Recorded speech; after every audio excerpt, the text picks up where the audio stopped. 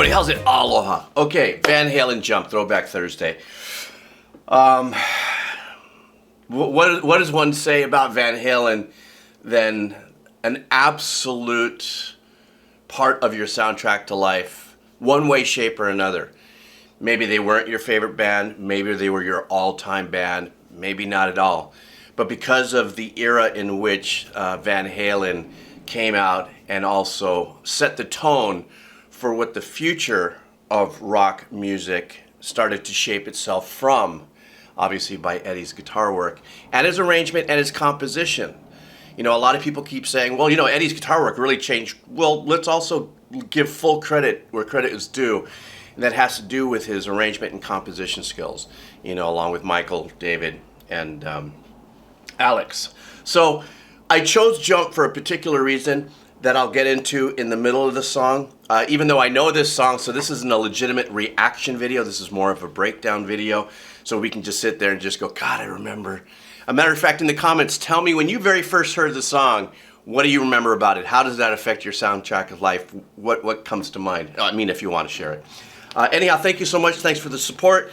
Any ads that run on that, you know, it doesn't monetize my channel. It's not for me. So if you want to buy me a cup of coffee, the link will be down below. So will a link be for the song, for any Van Halen merch and music and everything. So let's do this. Throwback Thursday, Van Halen, Jump. All right.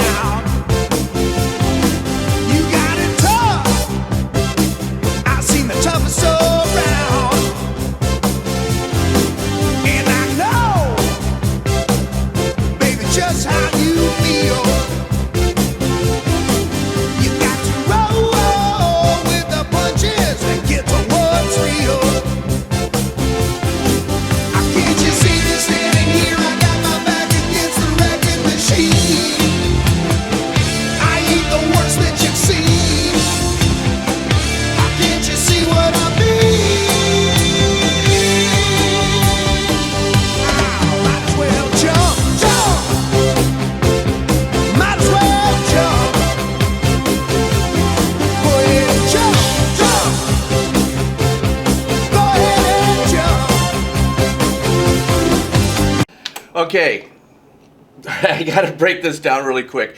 For those of you who are really into the Van Halen movement, the way he is an artist, also as an engineer, very important what I'm about to say here, or very intriguing, I'm sorry, important, like I am some kind of an authority.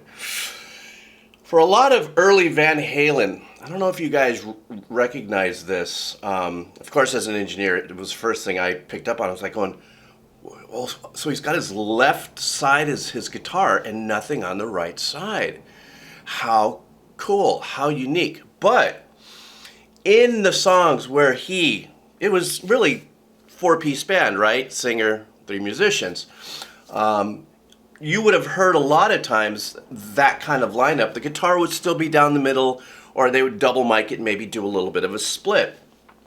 But with a lot of early Van Halen, you would hear the guitar on the right side, and what he would do, and his engineers, would actually send to the left side reverb, or they would put a stereo reverb on this signal. Okay, let's say the guitar was here. Pan the guitar this way, but the stereo reverb would be affected still in stereo, so we hear on this side a little bit of reverb, sometimes slight delay. Now those are the older songs with him where the guitar is principal. In this case, in Jump, they mirrored the same engineering technique for consistency. And if you listen, this Oberheim 8, that's that synth that he's playing, which is such a great and such a riffy hook bomb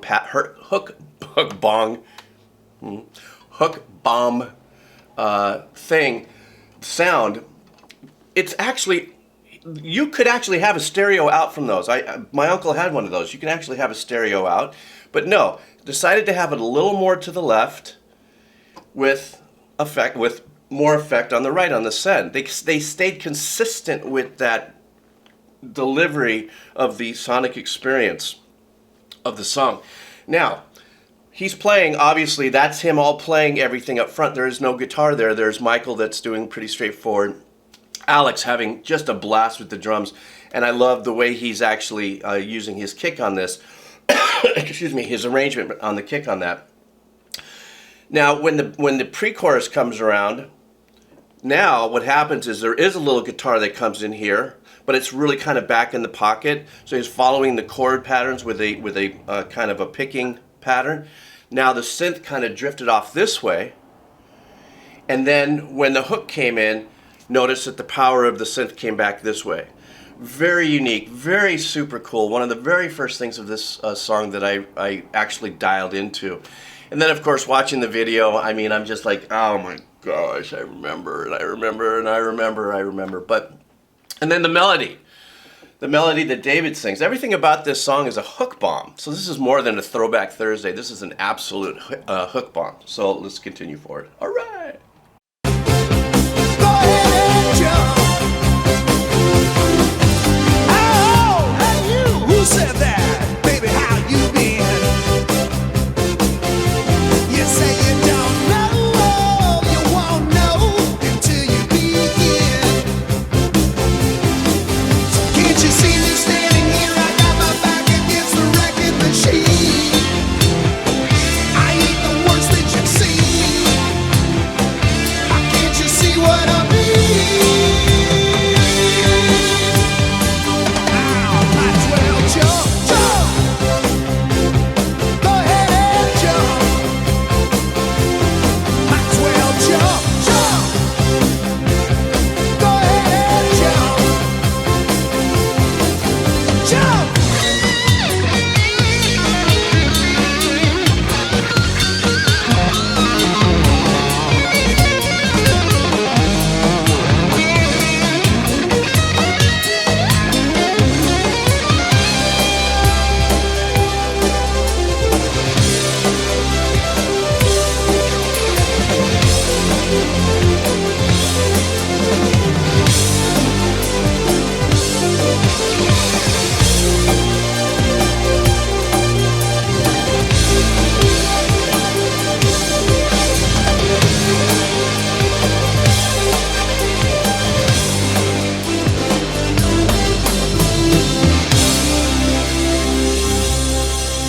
All right, before we go on to close this off, a couple of other things I want to bring up. The pre-chorus that they get before they get to jump. Something else that's really super cool that Eddie did in his arrangement was that he's following those chord changes, right? On the left side. So he finishes off that phrase with a melody that he's playing. You know, David sings. When David holds that note, you hear the end trail of that passage, you know, and he does it in each one of the chord changes, which is really super cool, and a very incredibly well-placed subconscious hook bomb, you know, as well. And that was really super cool. Something else I wanted to bring up too about that same section is that listen to the arrangements here on this side, and especially in the hook. Now we're to jump. You know, there's arrangements that are actually another secondary arrangement, and there's, you know, very light layering going on there, but it's very, very light. And then Eddie's solo. What do you just say about that? That's probably, out of all the solos to me that Eddie has done, and he's done so many great solos, that's probably one of the ones where that less is more vibe that he decided, because he could have done anything he wanted at that point. He, you know, masterful as he was with it, with this guitar. I just really love the way there's these little flares of different techniques, and you know, he hammered on, you know, really fun little, you know, all the little things. It wasn't wall to wall. There was air. There was some breathing in between, you know, what he was playing, and to me that too is what made Eddie's solo so much more powerful, I think, than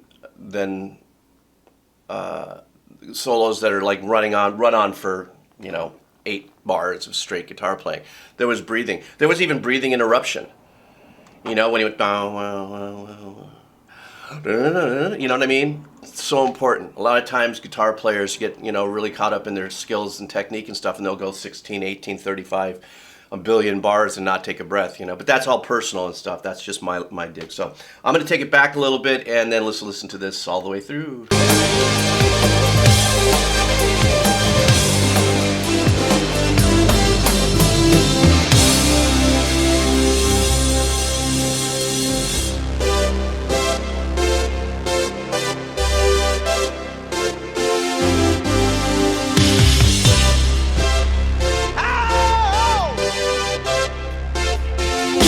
Might as well jump. Go ahead, jump. Get in and jump. Go ahead, jump. Jump.